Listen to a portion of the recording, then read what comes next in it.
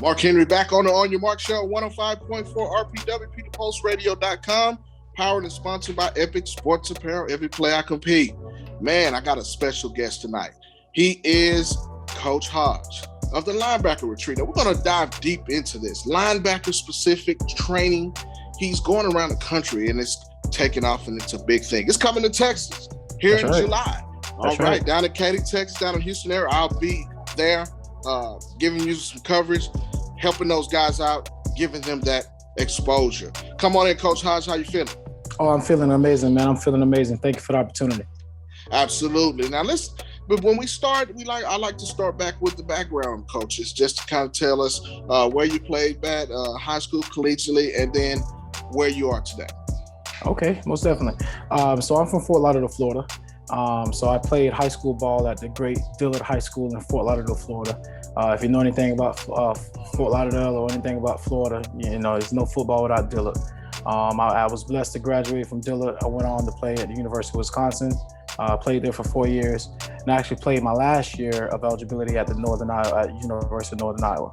I had an opportunity to go to a couple of rookie camps at that point in time. You know, I definitely had some contracts to go to the CFL. My now wife and then fiance was moving to Boston at that point in time, and so I had to make a decision: do I go to Canada by myself, or do I hang it up and go to Boston and start working in education? That's exactly what I did.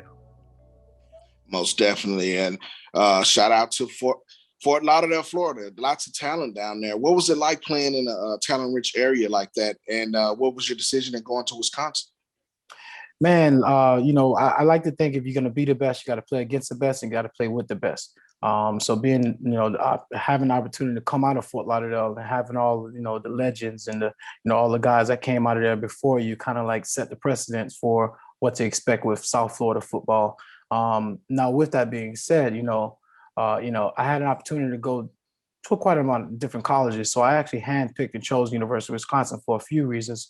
But one of the biggest reasons was I wanted to get as far away from Florida as possible to force me to grow up, to force me to become a man. A lot of my friends at that point in time who I thought were friends were in the area. And I just was worried that if I would have went to University of Miami or Florida State down the street, I would have been able to distance myself from that stuff. So I found myself at the University of Wisconsin, who actually my head coach, Brett Bielema, had a relationship with him because he coached my brother at University of Iowa. My brother played linebacker at University of Iowa. So come from a family of linebackers and just, leveraging my network and my relationship, landing at Wisconsin is probably the greatest decision I've made. Well, let's dive into the Linebacker Retreat. Now, this is linebacker-specific coaching training. You're going to be putting together a few things to give these linebackers specific tools that they need to get noticed, to get that exposure. What was the reasoning, and how did you come up with the Linebacker Retreat?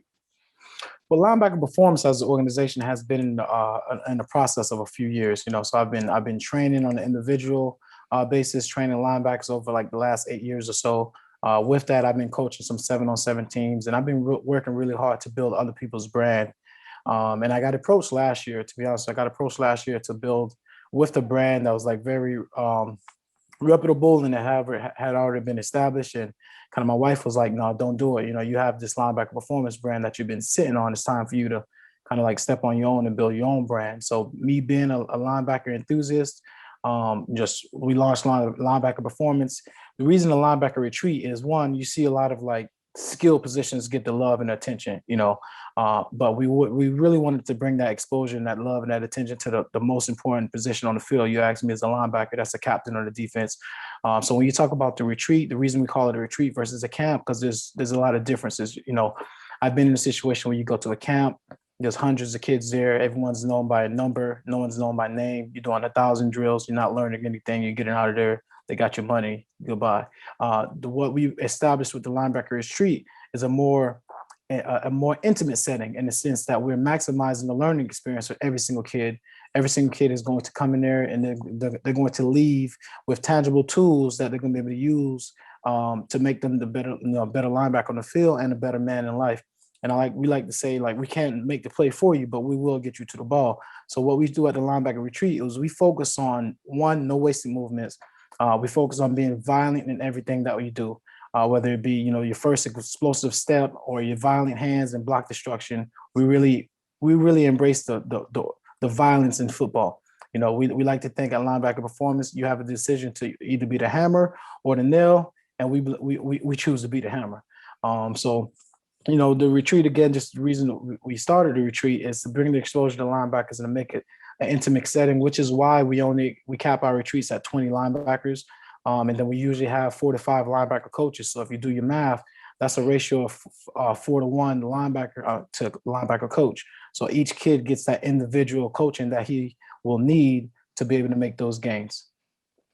That's great, and that sounds like you guys have went in depth with it to break it down where you're not just a number, because you can go to some of these bigger camps. Of course, you know, June 1st, the camp seems has exploded, you know, here in Texas, all over the country, and we're seeing kids, you know, busting it at a bunch of camps. But you know, at certain camps, it could be 500 kids in a weekend, sometimes 1,000. And if you're not doing something to get noticed, you know, or come there with recognition, you could get lost in the shuffle. Exactly. So I like the way that you guys are doing that. And again, this is Coach Hodge with Linebacker Performance. He is running the Linebacker Retreat that is going around the country. Going to be in Texas, in Katy, Texas, July 16th. And the On Your Mark show will be in the house. Now, Coach, let's dive into the linebacker position. You know, back in the day, you know, you got your greats, middle linebackers like Dick Butkus, of course, more recently Hall of Famer Ray Lewis, guys like that. But now the linebacker position has shifted. So, in my opinion, and I'll get your opinion on this, you know, you have to be a speed guy. You have to have good feet mostly, but there's a lot of keys that go into it. You know, we can dive deep into it. You know, when you're in a middle linebacker, or they might call it Mike, you got Mike, Sam, and Willie, which is your weak side. And then you got your strong side, which is a Sammy. But you have to have keys. So talk about that a little bit based on, you know, let's just go with the, you know, base 4-3 defense. Okay. And, you know, you made a comment earlier that fully resonated with me, and said, like, you know, linebackers has made the transition from being full thumpers to now you have to be able to play in space and be agile. Otherwise, you'll be that first, second down linebacker, and, you know, you'll be transitioned out, and they maybe put a guy in there on third down. That's funny because that actually was, you know, something that occurred with me. You know, so in my playing career at Wisconsin, you know, when I first got there, you know, it was powers, it was zones. You know, it was a lot of downhill and you know, thumping.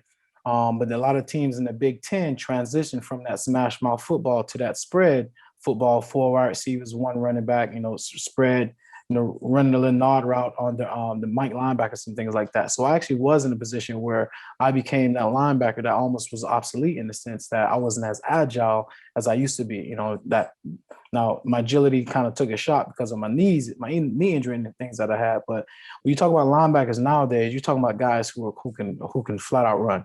You know, you're talking about guys who can just make sure that they're, you know, I like to think of your flexibility in your ankles, flexibility in your knees, flexibility in your hips, your lower back, and your neck.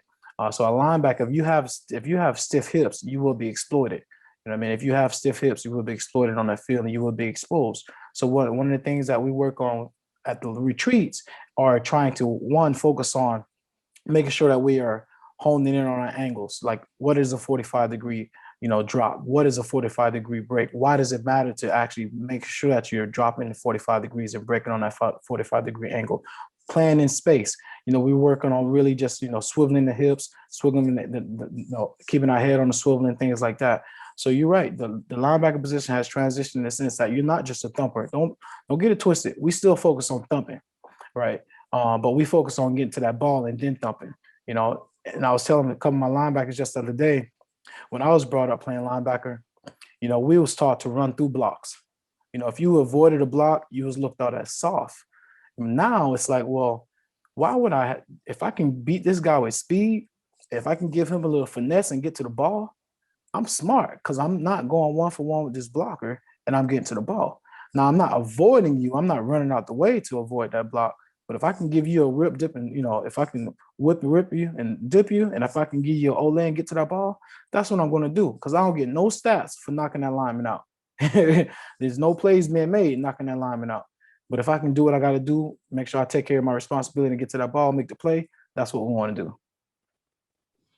Absolutely. I mean, like you said, the game is transformed, and even on the offensive side is transformed, where guys are, you know, more spread out. And what a linebacker has to be able to play in space, has to be a great tackler. He's always been a leader most on great defenses, the linebacker's most likely the leading tackler. But now he can rush the passer. So talk about the rush linebackers for a second.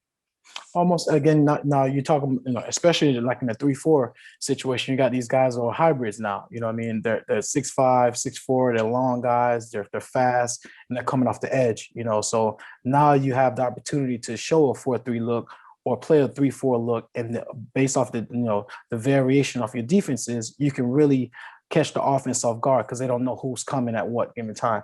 A 4-3 look, you have your traditional 4-down lineman, you have your 3 linebackers. But when you have a 3-4 look, depending on the down and distance, depending on tendencies, depending on what the teams like to do, we can really mix it up and we can send any given guy at any given time. So our linebacker, it just, the more agile you are, the more able you are to rush the passer, to cover and pass drops and things like that, the more opportunities you're going to have to stay on the field. If you're just a downhill guy, you're going to be a first, second down guy, like you said. But if you can play in space, if I can come off the edge, get to the quarterback, get some sacks and things like that, be stout enough to play against the run down there as well, then now if you think about the drafts, besides the defensive back position, those outside linebackers who can rush that passer, they're making a lot of money. Absolutely. Talk about the draft. Parsons' draft, I think in the top 10 from Penn State, the Dallas Cowboy linebacker. I think he's going to could be rookie of the year. I mean, this guy's dynamic. He's fast. Kind of reminds you of a little bit faster LeVar Arrington, same number and everything in that type of mold. They could rush him like they did DeMarcus Ware. So many things with the hybrid linebacker that you can do. Now, you spoke a little bit about 7-on-7. What's the linebacker's role in 7-on-7 now? Because it's big. Myself, I'm one of the scouts with True Exposure. I travel all over the country, and I see these linebackers that have come to play. 7-on-7 is all passing. And what do you think that dynamic has brought to the linebacker position? I think it shows your ability. I think it shows your ability to cover. I think it shows your ability to play in space. And especially when you have a true linebacker playing 7-on-7. Like, let's be honest, some of these 7-on-7 teams, they don't have true linebackers playing 7-on-7. They got safeties and they got guys who are, that really are DBs or nickelbacks playing at linebacker. So I look forward to seeing teams who actually carry actual linebackers playing 7-on-7. Now, again, it shows your ability to play in space. It shows your ability to cover. And that linebacker, your job in 7-on-7 is to be disruptive as you can to get your hands on some balls. Obviously it's a pass drill, but you still want to make sure that you're doing the things that you're supposed to do with taking your run read, making your pass call, pass, getting your hands on those receivers. Well, if it's zone coverage, you got zone eyes. If it's man-to-man, boom, you got an opportunity to show your athleticism and show that, I can go out there and cover a slot receiver. I can come downhill and cover a running back. And that's just adding, kind of like to your stock. And that's adding to your stock. So as a linebacker, you out there making plays in 7-on-7, it's just assumed that you're going to make plays in 11-on-11 because it's made for you to do so.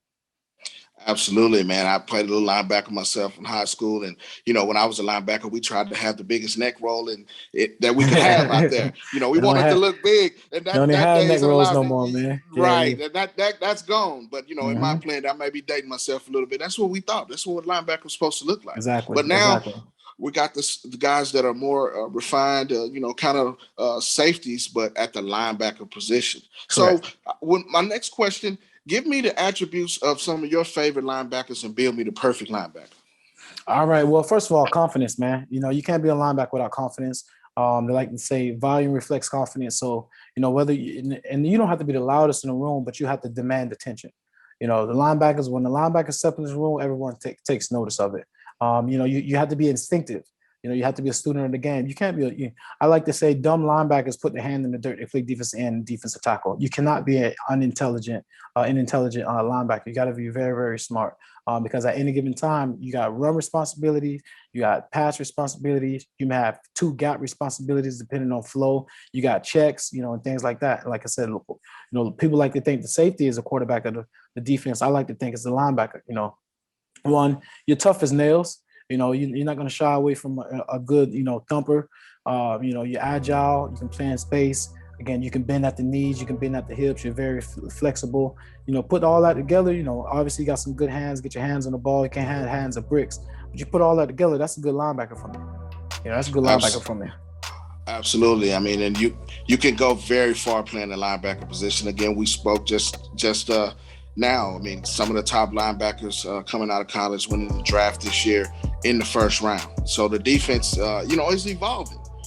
They're becoming prominent, and a lot of times guys want to be the running back or the quarterback, but now guys are making that transition to want to be linebackers first.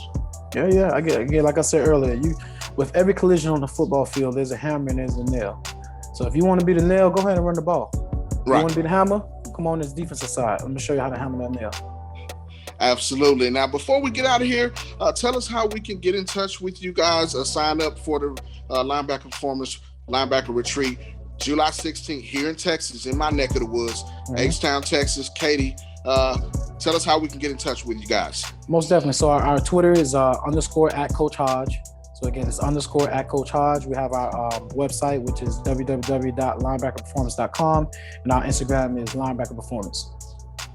Absolutely. Definitely look out for this. Hope to get the chance to meet you face to face in a couple of weeks. Most definitely here. Most definitely. We appreciate you joining us on the On Your Mark show on 105.4 RPW, PeterPostRadio.com. We'll take a small break and we'll be right back with the next segment here on 105.4 RPWP.